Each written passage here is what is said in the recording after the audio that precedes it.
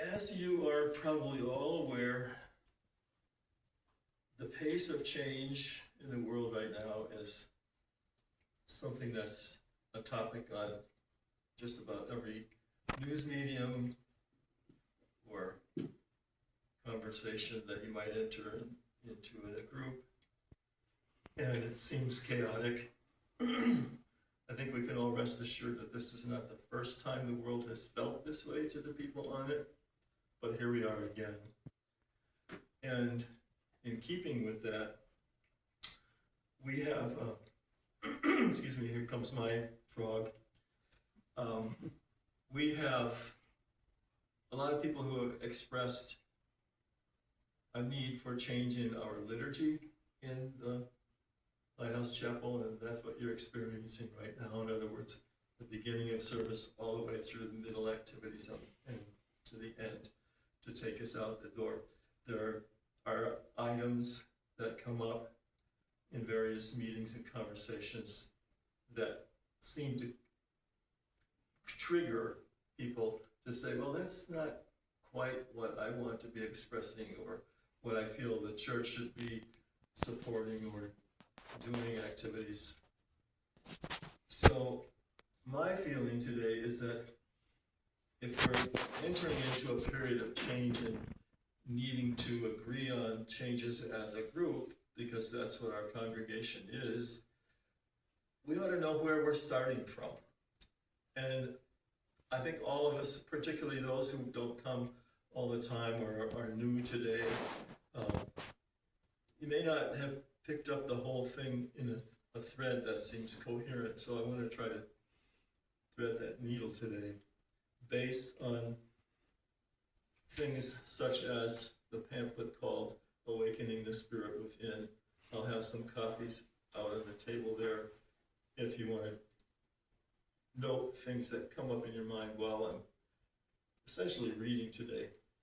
But the spirit of my talk was summarized for me listening to the radio and the radio station WKAR-FM out of MSU. They're having their fundraiser right now, which they have every season. And their motto, they drafted a new motto, which I thought would be really applicable to us too. It says, sustain what matters, build what's next. And I feel that's where we are right now. We're trying to hold on to the things that really are so important to us that if we don't observe them and work with them, then we might as well just put up the for sale sign right now because we don't have a basis of a church. So we want to sustain those parts that make us what we are, but be open to building what is next. So we look around and we see no young people here, no children. That is not the way the Lighthouse Chapel used to be. So we have an impulse of wanting to get back to that kind of enthusiasm for our existence.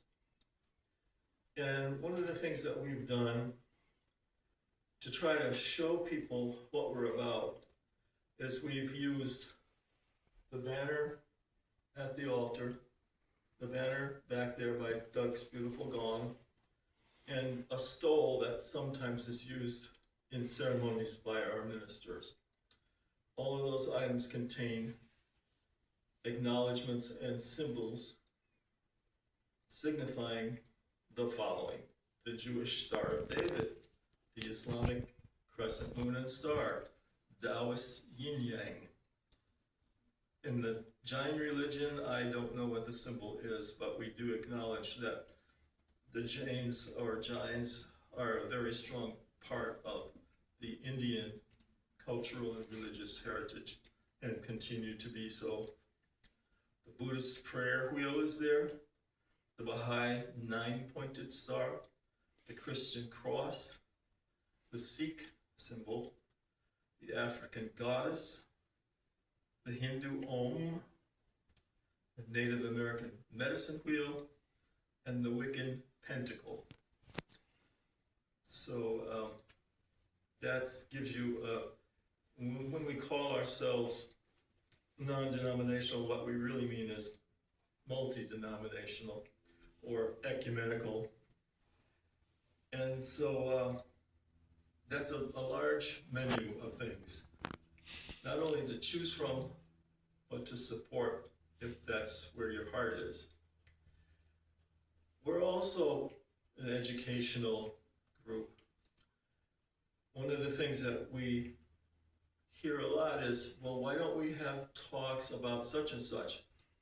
And my response is, oh, all right, well, would you like to study up on that and educate the rest of us while you are learning? And I've always heard this, the best way to learn how to do something is to teach it. So you go, wait a minute, imposter syndrome just kicked in. I don't know anything about this. Oh, but you've heard of that little tool called Google. You've heard of a library. You've heard of other things, other resources around town, attending other congregations once in a while, and learning to the point where we want to hear what you have to say that you just learned. We really do.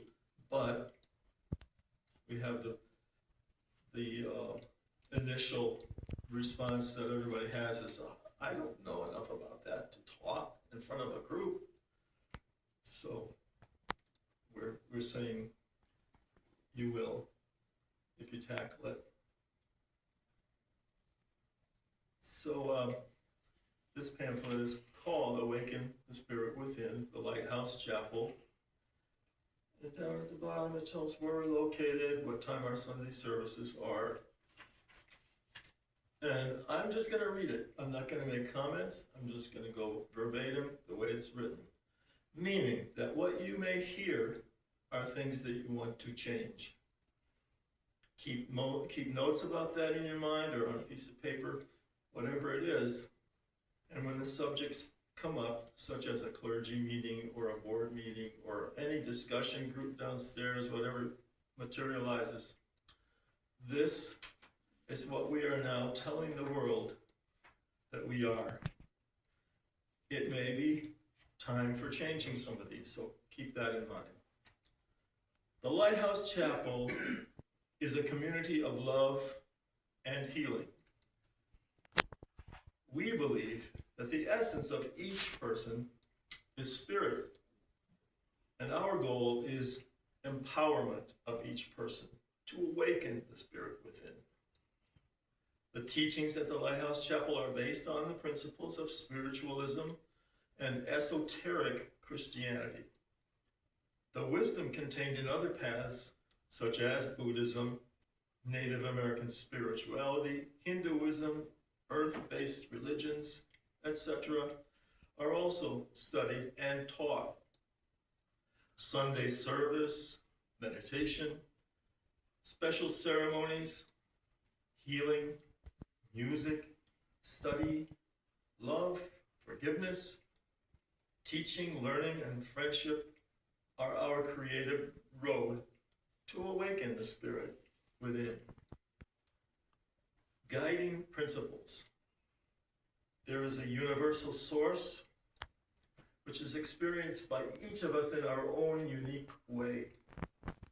Spirituality is a matter of individual experience, growth, and authority. It cannot be dictated by dogmas and creeds.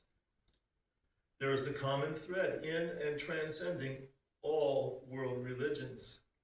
Religious teachings and revealed scriptures such as the Torah, the Bible, the Buddhist sutras, the Quran, the Bhagavad Gita, and the Vedas, as well as information revealed through mediumship, can provide access to the universal source. The existence and personal identity of the individual continues after the transition to the world of spirit. And communication with loved ones in spirit and with masters, guides, guardians, and angels, as well as other spiritual manifestations, is possible. Mediumship, prophecy, and healing are divine attributes. The doorway to reformation is never closed against any soul here or hereafter. Humanity is at present undergoing a collective awakening of consciousness. When this is complete, society and the consciousness of the planet itself will have been restructured on more spiritual terms.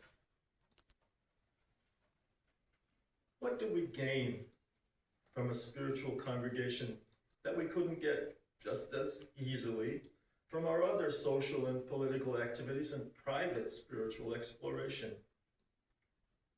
A nurturing community. In a congregation, we recognize the basic need of all people to live with others. In community, we are energized and encouraged. Community makes us responsible to others and therefore responsible to ourselves. Congregations support us in our focus on the essentials of the Spirit. Broad diversity. Because a congregation involves us in the lives of diverse people, most other activities in our lives are spent around people very like us. Regular contact with the transcendent. The congregation as an organization beyond ourselves holds a space for us where we have permission to lay aside our private cares and responsibilities and open ourselves to wonder. Supportive tradition, because a congregation links us to a tradition of like-minded people who have gone before us on our spiritual path. Challenge to continued spiritual growth. Because it's larger than just us, the congregation keeps us honest, keeps us focused, keeps us working, keeps us challenged and comforted. It questions our private revelations, and it shares its revelation with us when our own spirit becomes uninspired. The Lighthouse Chapel is a lovely church available for classes, baptisms, weddings, community ceremonies, etc. An open and affirming church. Thank you.